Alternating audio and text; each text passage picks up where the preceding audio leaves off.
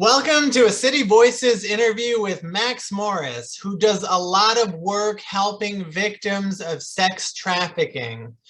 Max, tell us a little bit about yourself and your work. I became severely disabled as an adult in community spaces that I really believed that I was safe in. And I found out where sex trafficking pathways are operating in communities like those that I was in. And as we searched for communities who would know what we were talking about, we found out that this affects most communities. Everywhere we looked, this was going on. And so for a number of years, I and others in a network of severely disabled survivors of sex trafficking, producing public media, have been reaching out to communities and finding out where they're at on this and who is courageous enough to join the conversations that we are suggesting really need to be had. Okay, so tell us, like, what is sex trafficking? Sex trafficking, it gets defined in a lot of different ways. Probably the way we want to talk about it the most is sexual exploitation that occurs through force or fraud or coercion of a vulnerable individual, and financial or physical dependency created by the trafficker who benefits economically. Those who are victimized are children and adults of all ages, especially those who are intentionally disabled at intersections of hardship and orchestrated violence, and especially those who have survived previous victimizations. Are you reading from something? I sure am. Okay. I make notes because I am still very severely neurologically affected. And sometimes the questions that people ask me, well, for instance, you and I connected on Facebook. And although I've been through a lot of rehab since particular violence occurred for me related to sex trafficking on Facebook, as soon as we started talking, the last time we got on a call, and I recognized the same thing happening frequently in other cases, it activates my Facebook neurology. And so whereas I may have apprehension of the correct words in another circumstance, as soon as we've activated the Facebook neurology that has not been properly repaired yet, my mind can go all kinds of places. So I sort of noticed that happened in our previous conversation. I was like, all right, wait a second. What are the words that I know that I can use in this situation? Just in case, here they are right here.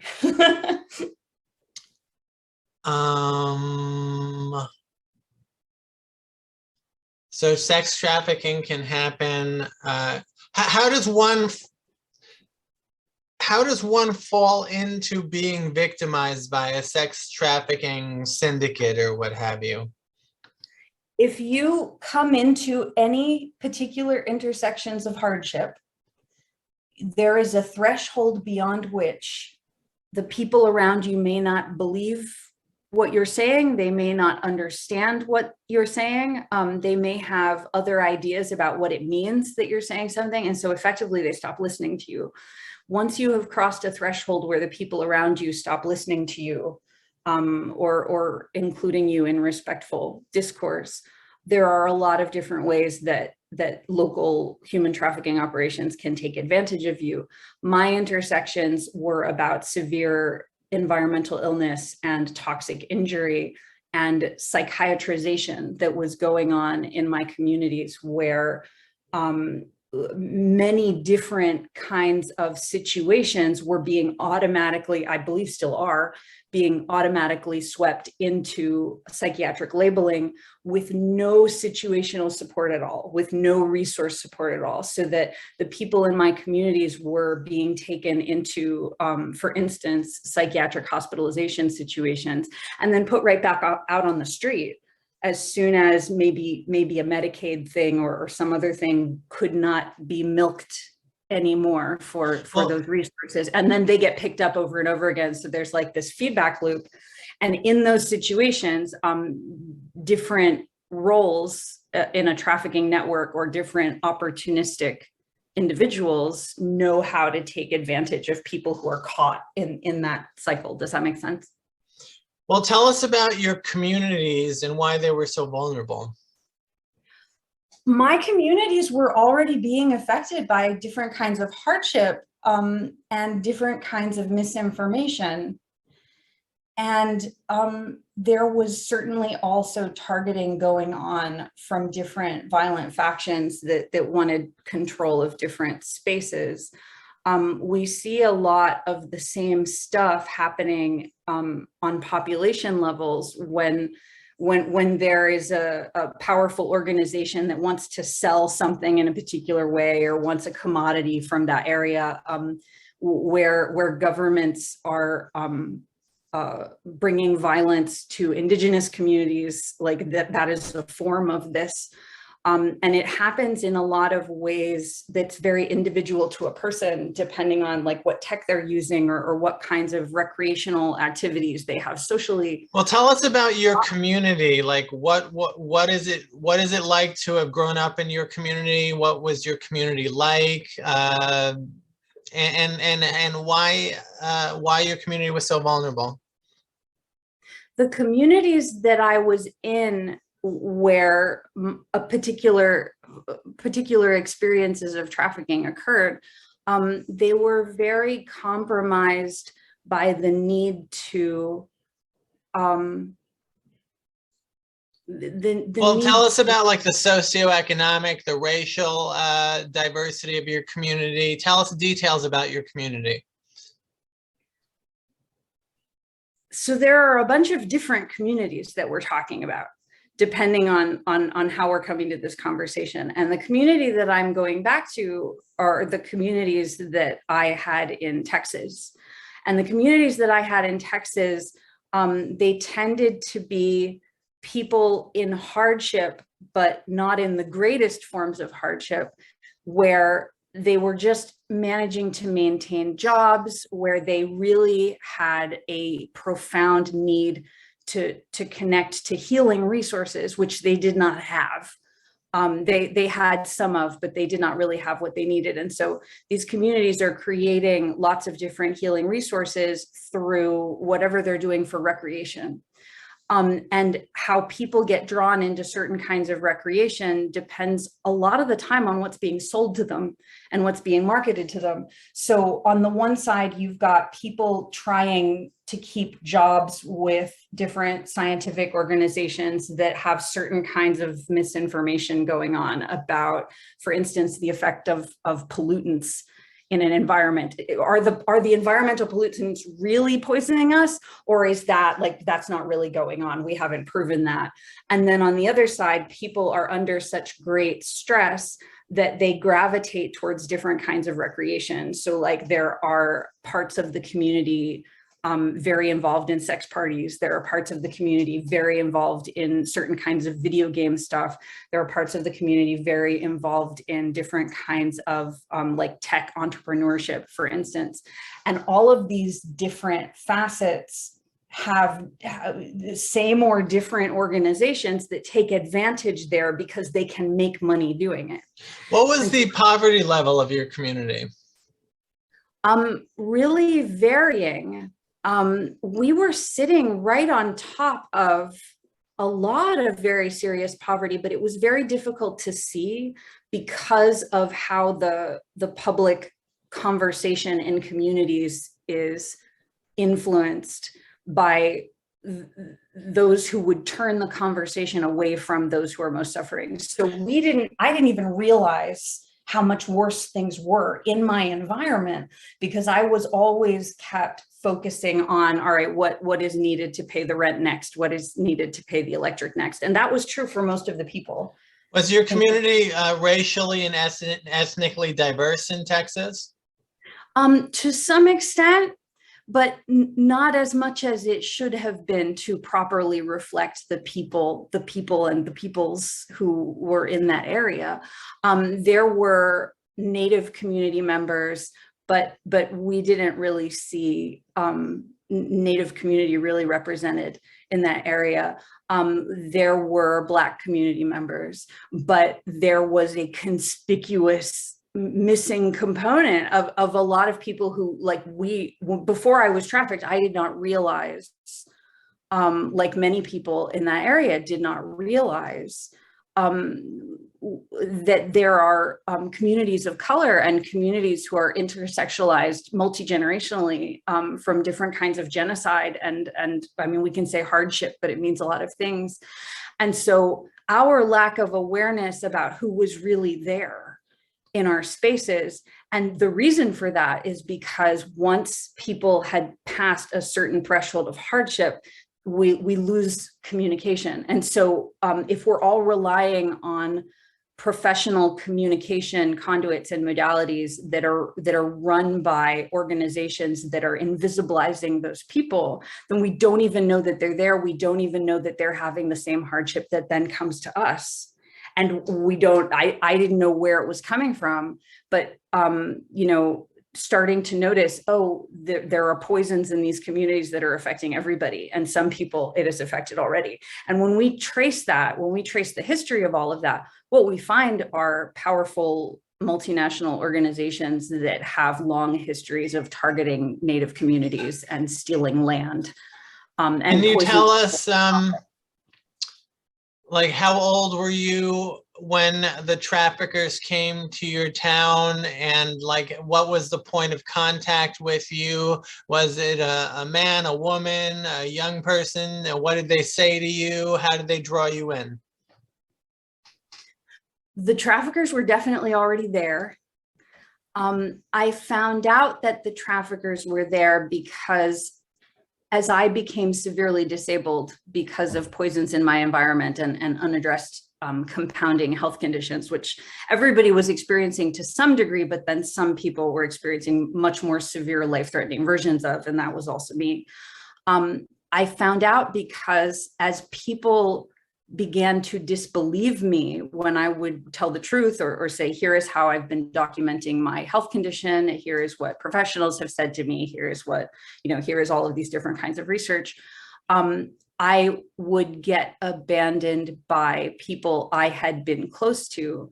And then in a state of severe neurological injury, I would then try to make new friends, make new business contacts. I worked for myself. And so all of the finding social connections to not be alone as a severely disabled person, constantly having very near-death experiences over and over and over. The relationships that I was able to reach tended to be with people who already recognized the signs of that and were ready to take advantage of me. And so I went through a group of people and then another group of people and then had to say, I must not stay around these people. This is not okay. And then I would try to find another person or another group of people who I could be more safe with, and they would take advantage of me in different ways. Because once I had crossed a certain threshold of neurological injury, I could not necessarily tell very well if somebody was pretending signals about my safety or if somebody legitimately cared for my safety. Were you looking for networking for employment? How old were you? Were you looking for a community that would support you with housing and finances, financially, etc.? All of those things. I was in my early 30s when I'm not sure of exactly the year. It was my late 20s or my early 30s where I got very sick and we didn't know why. That went on a few years. The people around me decided that I must be lying about it because of misinformation they had in their professional environments. Psychiatric marketing comes into that because they relied upon the marketing in those communities to make decisions about what happens when somebody is behaving in a very strange way, but they had no means of recognizing where situational solutions were needed. So the people that I ended up trying to rely on as this went on were increasingly transparent about how they could take advantage of me as regards labor or sexual availability, because the more devastated your body is, the more an operative or someone who's opportunistic just recognizes that they don't have to hide as much. And so it became very clear as I went through different people that I thought I could trust and then found out that I couldn't, that there were a lot of people who knew how to take advantage of exactly this situation. And the question as to why that could possibly be, how could that possibly go on? And I had multiple professional communities. I was doing community-oriented work, so I knew lots and lots of people. But did they house you with other victims? I don't understand it. Say again? Did they house you with other victims? I was taken from my house. So I was left alone in my house because it was said that I was actually fine. I was just lying to people about being sick. So I was left there alone when I couldn't take care of myself. And then I was taken to parties, and sometimes people would come to my house. That was primarily, so there were other people at the parties who were also in varying degrees of illness or neurological injury or just confusion or substances. How substances are used in those spaces is a whole conversation. Where was your family at this time? My family, so I was with my chosen family in Texas, and then was not able to trust them anymore after the way that things happened. My biological family was undergoing different kinds of hardship that had been going on for many years. My chosen family was supposedly aware of the hardship my biological family was experiencing, but they sort of said near the end there, well, someone else is going to have to deal with this. So they. Was there anyone in your biological family that you maintained contact with through this ordeal? We tried to, and they tried to help, and some of them made unfortunate decisions that meant I could not get help. And there's still a lot of confusion in the family about what actually happened because no one has really been equipped to talk about it. That's something that we encounter a lot through the network is once you've been sex trafficked, people usually won't talk to you about it. So like if your family has been complicit in ways they don't realize because they had misinformation, or if your community has been complicit in ways that they don't realize, if no one will talk about it, it will keep happening. Did the sex traffickers involve like people in roles like pimps who would like control the transactions you had with other partners, sexual partners?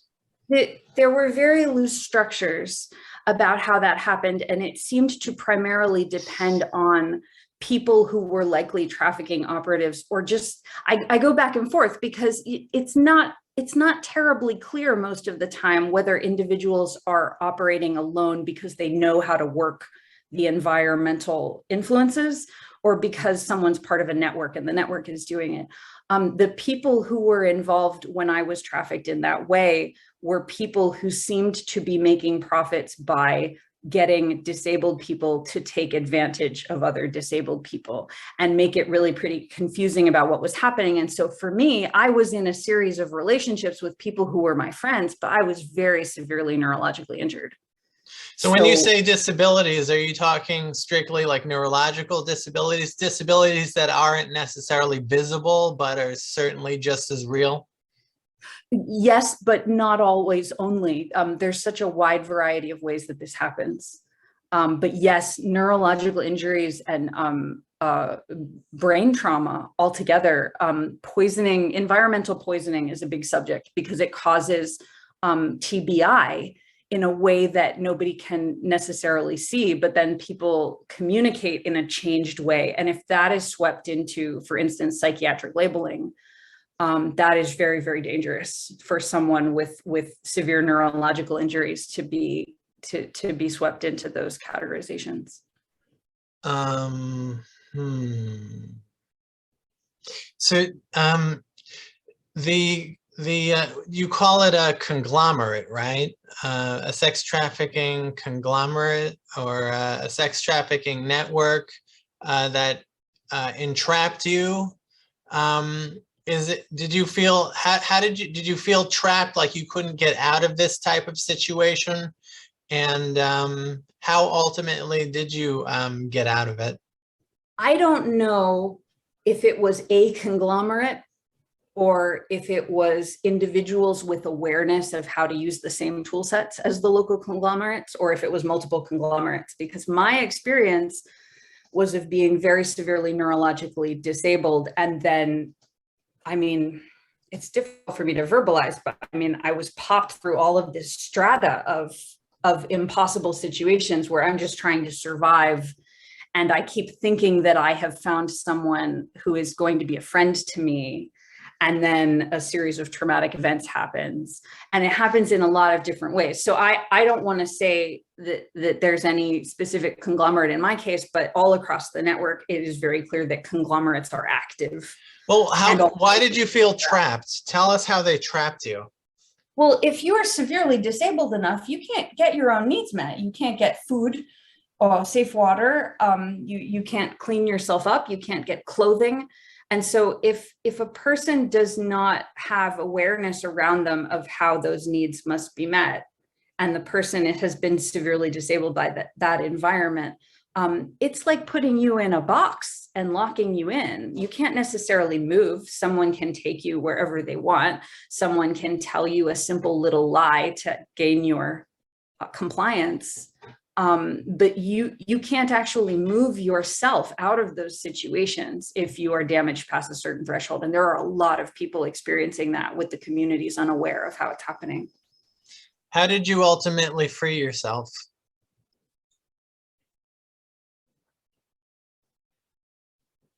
That's sort of a difficult question, because we have had to come to recognize a huge number of different layers for how this is occurring. I'm not sure that I've freed myself, in a manner of speaking, but if we're talking about being really directly taken advantage of in those ways,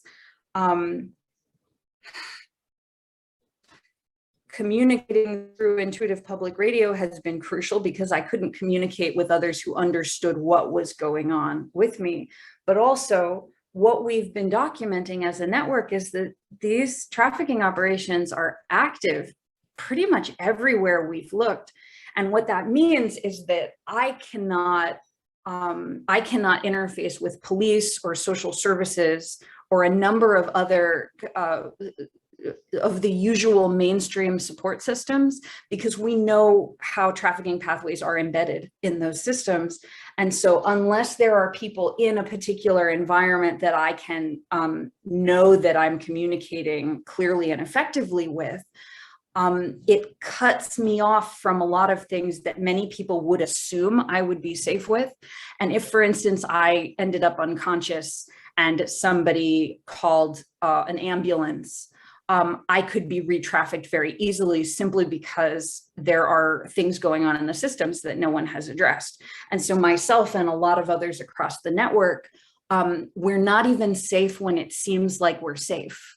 We're not even safe when it seems like we could regain recovery privilege, because if people assume that everything that we do in a bad situation happens with systems that we're calling for attention to what's happening in those systems, but nobody's giving that attention where it is due, it means that there are still trafficking operations that run certain spaces until somebody looks more closely at how that's occurring. I can't go to a hospital.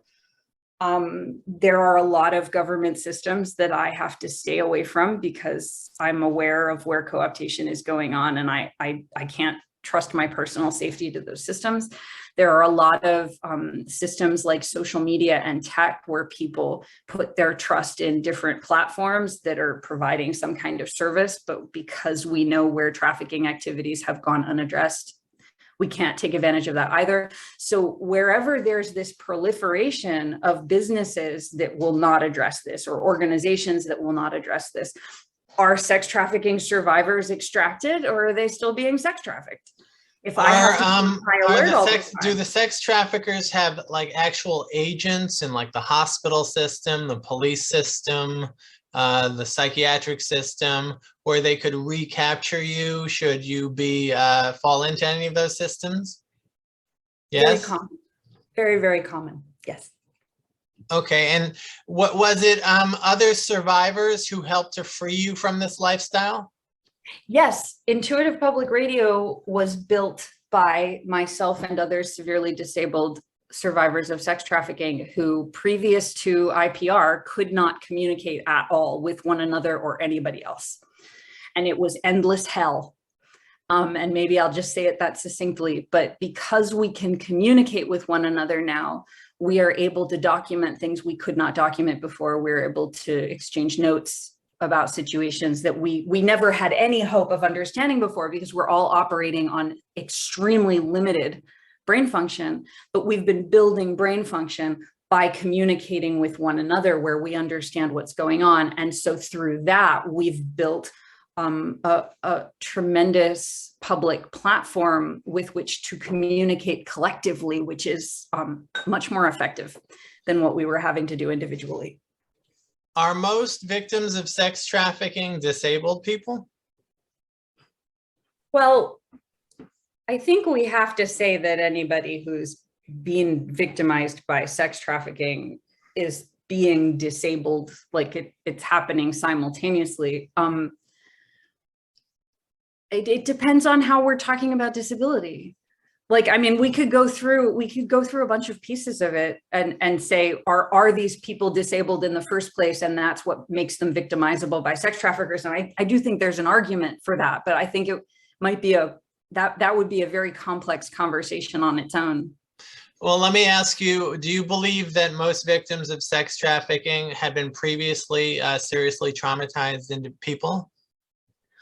I think that we have so much information now about how all families in colonial contexts have been affected by trauma and violence through the generations of their families. And that's also really affecting, like, where people have a lot of privileges. A lot of times privileges are held in place, power structures are held in place by violence that goes on inside the family multi-generationally.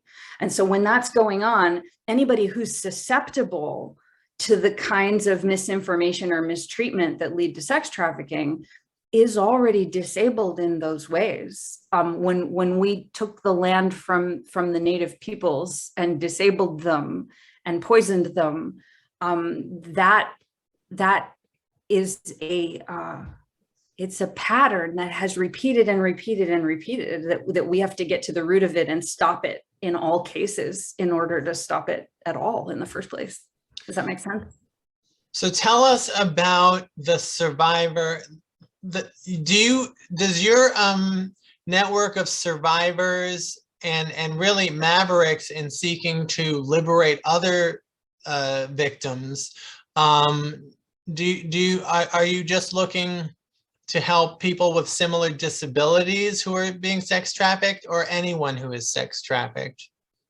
We started the network to connect with anyone and everyone who was affected by those intersections and could not find help.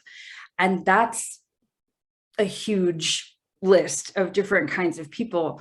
Many people are having stressors or violence in their lives that they have no idea is connected to the active trafficking networks in their location. And that's generally what we've been talking with people about. Any and every kind of person has found us and found benefit in what we're compiling, because previously no one ever heard from severely disabled survivors of sex trafficking. We didn't have a way to communicate unless somebody got lucky. But even then, when you're an individual trying to say the things that we have to say, you can get shut down really easily. People can push back on you in ways that really silence you. And if it is a network of people talking about this, it's very different. And so now, I mean, this is very recent that we are having such a different conversation, because we didn't have public media privilege to do it before. So is there a website where victims can go to find out how to connect with other survivors? Intuitive.pub, P-U-B, as in Intuitive Public, is the main site. And we are primarily on Telegram Messenger, which is a communications aid for severe neurological disabilities. And so that's where we coordinate most of our media. There is a main channel at t.me/intuitive public radio.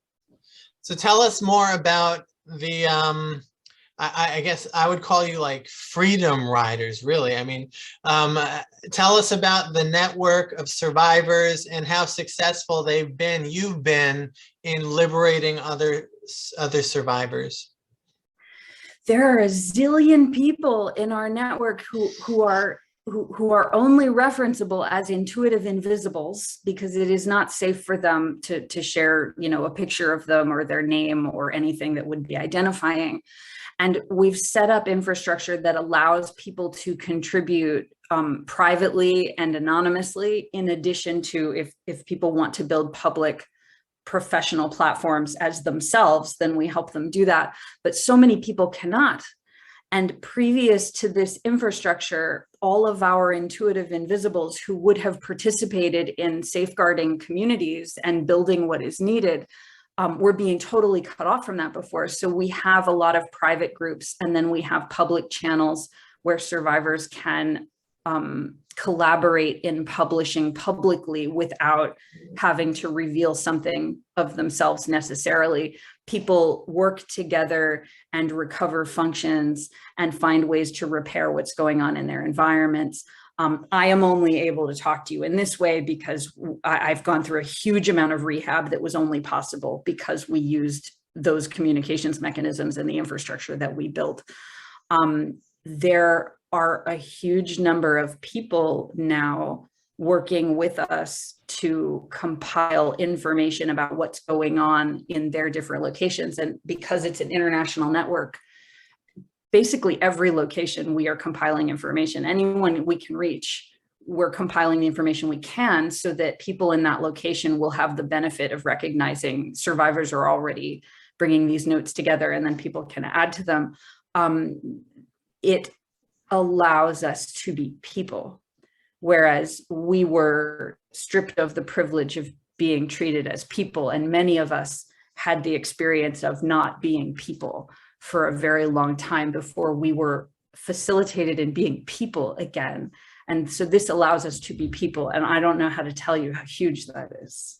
So you call your, the members are called intuitive invisibles.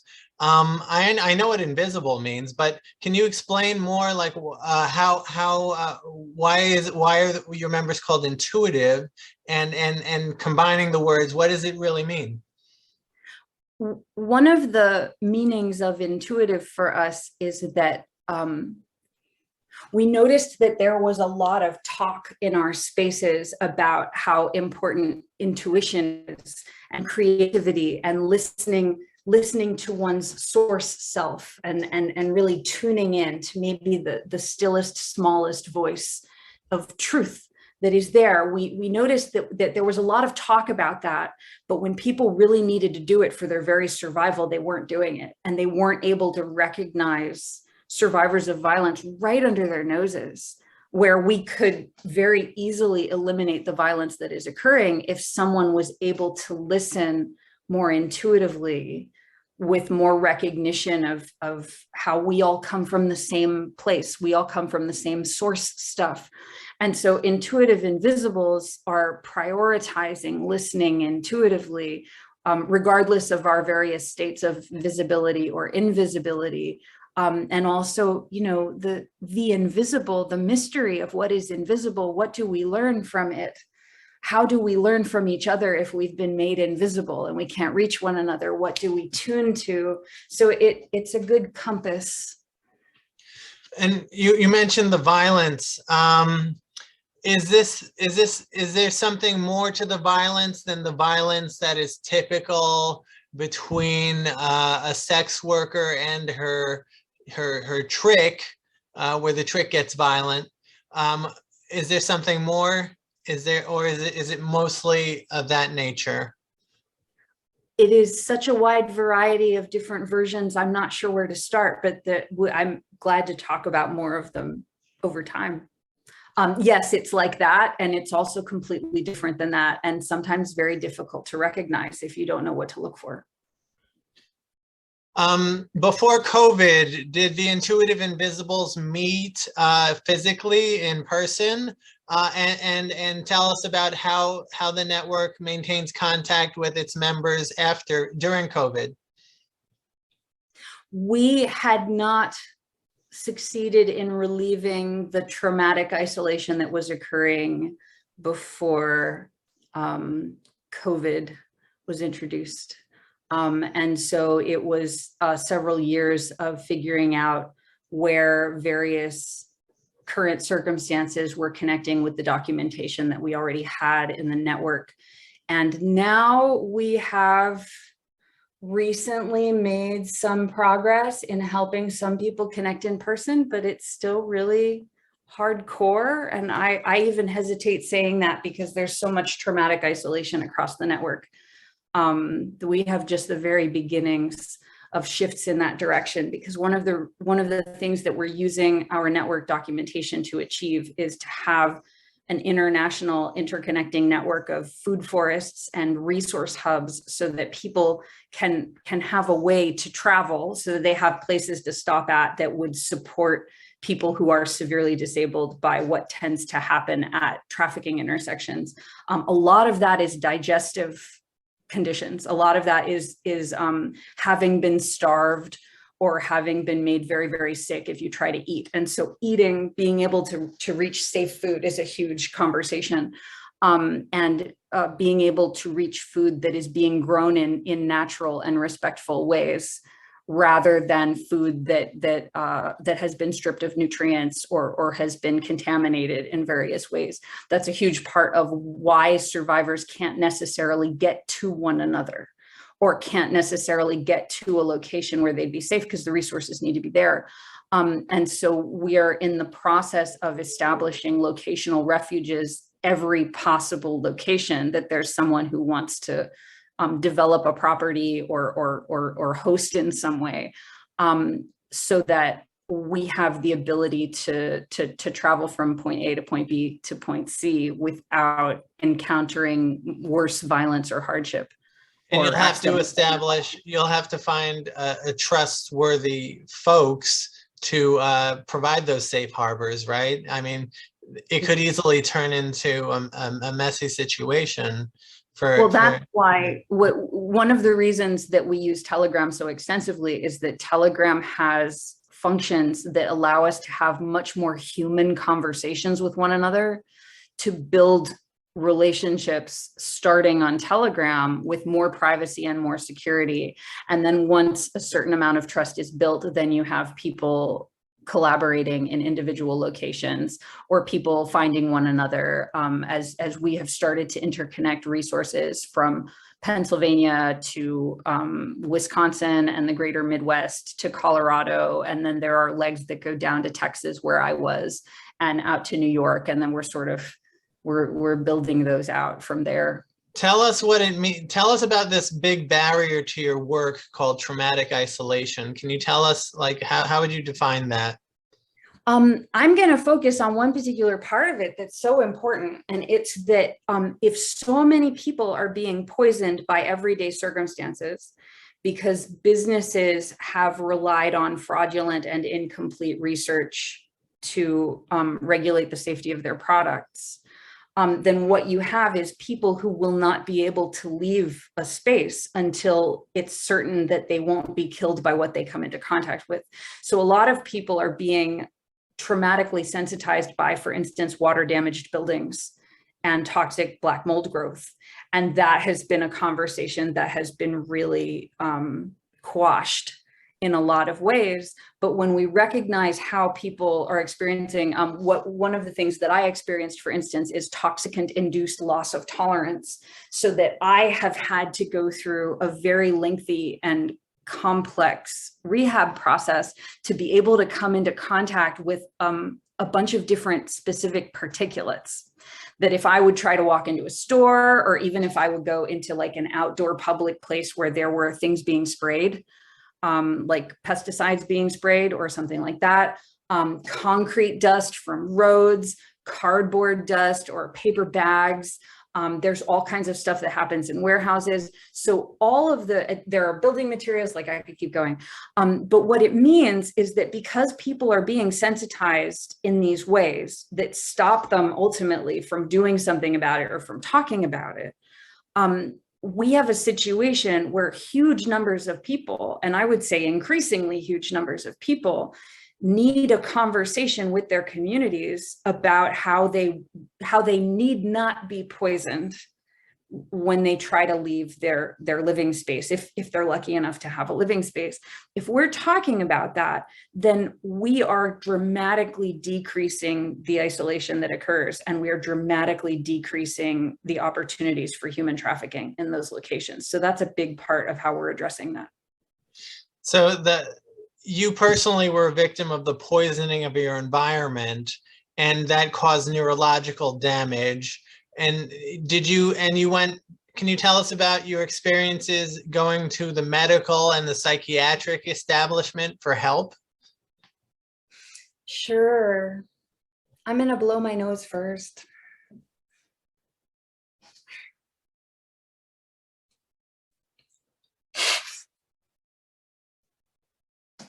So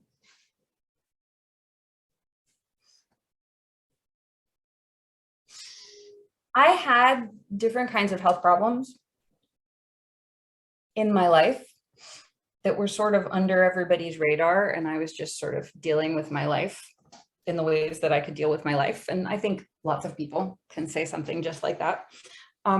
There came a point where my body totally crashed and didn't get better. So like I would have experiences of getting sick and then getting better. Lots of people have experiences of getting sick and then getting better. And then I had an experience of getting very sick, and then my body just didn't get better, and we didn't know why. That went on for a long time before I was able to get help interfacing with medical professionals. And when I did, most of the medical professionals that I found made it worse. And even the ones that there were a few rare ones that were really good experiences meeting them. But the really good medical professionals I found, they were so restricted in how they were permitted to do their jobs that they couldn't even be in enough contact with me to actually be advocates, even though they clearly intended to be advocates. It would be impossible to find them again after navigating the system for some time. And we found out that sort of thing is being used on purpose, but it also happens in all kinds of ways just because of the nature of those environments. The medical professionals who treated me had scripts for how they were supposed to behave if someone like me came in saying the stuff that I did. And I'm being a bit vague because it happens really differently for every person. It's really individual for each person. So you went in there. What did you say to them? How did you seek help? What did you tell them? This is going to be interesting. I don't really know. Where we're going to find out what comes out of my mouth. I was reading Gut and Psychology. I don't know if you're familiar with this. There's a book called The Gaps Book, Gut and Psychology Syndrome. There's a woman, I can almost remember her name. But anyway, that was one of my first entry points into finding out the effects of glyphosate on my digestion. And I didn't realize at that time that it was the Stachybotrys black mold also, but I was having all of this really strange digestive challenges, and my body could not function. My brain could not function, and my body could not function, and we didn't know why. And so I brought all of this information and documentation about food things and what I had been eating and what was going on and what we decided to do about it. But really, doctors in medical professional contexts usually don't have nutritional training. And that's something that's been talked about even in the mainstream, I think, to a fair extent. that so many doctors come through their training and are neglecting themselves nutritionally, and they don't have any information about what's actually going on there. So I tended to get punted around to different professionals, and the ones who I could see, based on, what did I have? I don't know what it was exactly. I'm going to have to think about it some more. I didn't have healthcare. Well, I did have healthcare insurance. I'm going to have to think about that more. This is a bit of a murky stuff that I'm going into in my brain. Did you ever? Well, if I could just finish this part. Oh, yeah. Essentially, the professionals that there was a consensus that I had most to see tended to be the professionals who were not covered by any kind of insurance. And so I could not necessarily afford to see the people who seemed to know more about what was going on. And so there was a lot of punting me around to different environments and exhausting my energy and trying to find something that wasn't requiring more money than I had to get help about it. Was there any involvement in the psychiatric system? Yes, and part of the involvement with the psychiatric system happened because as I continued to document so there was a doctor who was really wonderful that I met with a few times, and I tried to find him again, but I didn't. And I think he was the only medical professional in Texas who recognized what I was saying, because he had done enough research on the gut microbiome and stuff like that to recognize like what the research that I was doing was indicating. And he praised my lists of, like, I had all of these symptom lists and documentation, like every half hour and like all of this stuff. And so he was really helpful, but then he disappeared around the same time that my chosen family was feeling really tired of us not solving this problem. And so people started pushing towards, this is a psychiatric thing. This is not, you're saying that this is about you're not your body's reactions to trying to eat or illness symptoms, but we don't think it's any of that. We think it's the psychiatric stuff that has been marketed to us. And so people pushed me more and more in that direction. And I became less and less able to defend myself or advocate for myself because my body was getting weaker and weaker. And so there was a very unfortunate series of events that resulted in me being different parts coerced and forced into a psychiatric hospitalization environment where I was coerced to take medication that was dangerous for me and left on the floor lying in my own vomit for periods of time, and tried to get a hold of that one doctor because he had seen my notes and he knew what was going on, but we couldn't find him. We heard he was on vacation. I don't know about that. There was some weird stuff that went on. And so after that point, well, there's a whole lot more I can say about how psychiatrization is weaponized by trafficking operations. And we're sort of getting close to an hour, but I would gladly continue this conversation in as much detail as you're interested in. I mean, maybe not today, but. Yeah, I don't know. So we'll put all the links for anyone who sees this video so that they can access your network, whatever links you feel comfortable sharing. Is there, do you have anything that we haven't discussed that you feel should be mentioned? It is really easy and healing and strengthening to come close to these scary, challenging subjects and talk with one another about them and find out how we can support one another in the midst of them. It seems impossible. It seems like how we could never have enough courage to do something like that. But once you do it, once you find a way to do it, it is the source of so much nourishment you never knew existed. And it makes you a stronger being than you ever imagined being. And that's been the experience that we have from circumstances of the most horrifying severe disability situations.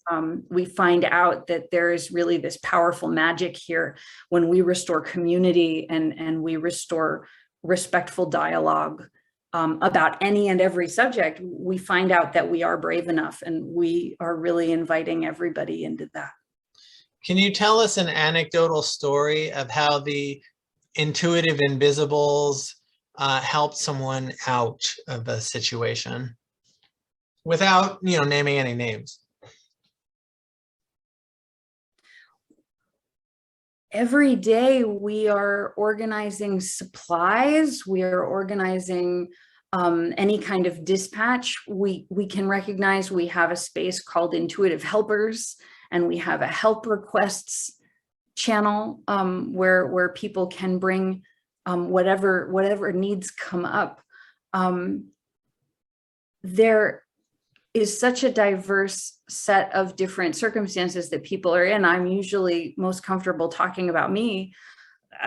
I would not be sitting here able to converse with you in this fairly normative way if it weren't for the people in the network. And yes, the people who have shown up, which has been like just, a few, not very many people have been able to show up in public, but massively the people who are coming together to help one another from the worst, most invisibly violent circumstances, the most horrible violence that you can imagine, people are finding themselves in the midst of, and they are choosing to connect with one another and believe that it is possible to do something about these situations. That's the only reason that I'm here. I would not be here if it weren't for them doing that with the infrastructure that we've built. What are your hopes and dreams within your lifetime for victims, for the freedom fighters, for everybody? Thriving, healthy, multi-generational families in safe, inclusive communities. Do you think that can be done within your lifetime? My gosh, yes. Let's go. All right. Well, I guess we should end there then. That's a nice upbeat ending.